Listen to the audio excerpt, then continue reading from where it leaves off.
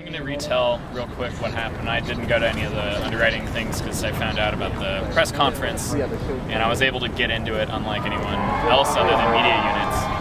And so the press conference I missed. She issued a statement at the very beginning, and then after she issued a statement, she started taking questions, and people were asking questions and everything. And then we started to hear pounding from outside, and then the pounding stopped for a little bit.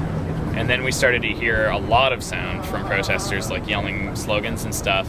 And it got louder and louder and louder until we realized they were in the building, at which point they cut off the press conference.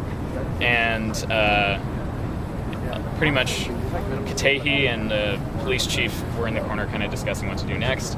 And then pretty much everyone picked their cameras off their tripods and turned around to where I was, right next to a door, where protesters were on the other side of the door. And someone was yelling, like, "Don't touch me, no touching, no touching."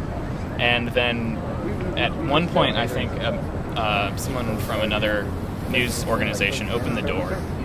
And there were just like hundreds of people like in this like small quarter right outside the building. Or not right outside the building, right outside the room, inside the building.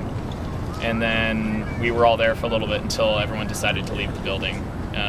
And since then, we've been outside trying to, well, they've been outside, I've been watching. But they formed like basically an assembly outside of each door. And Katehi said she didn't feel safe, so they called the police. And the police were outside, but I haven't seen them since then. And she's allegedly gone. She's allegedly gone, but protesters have formed a corridor outside all the doors for her to walk out, they say, in shame, so that they can stare her down as she leaves. Her car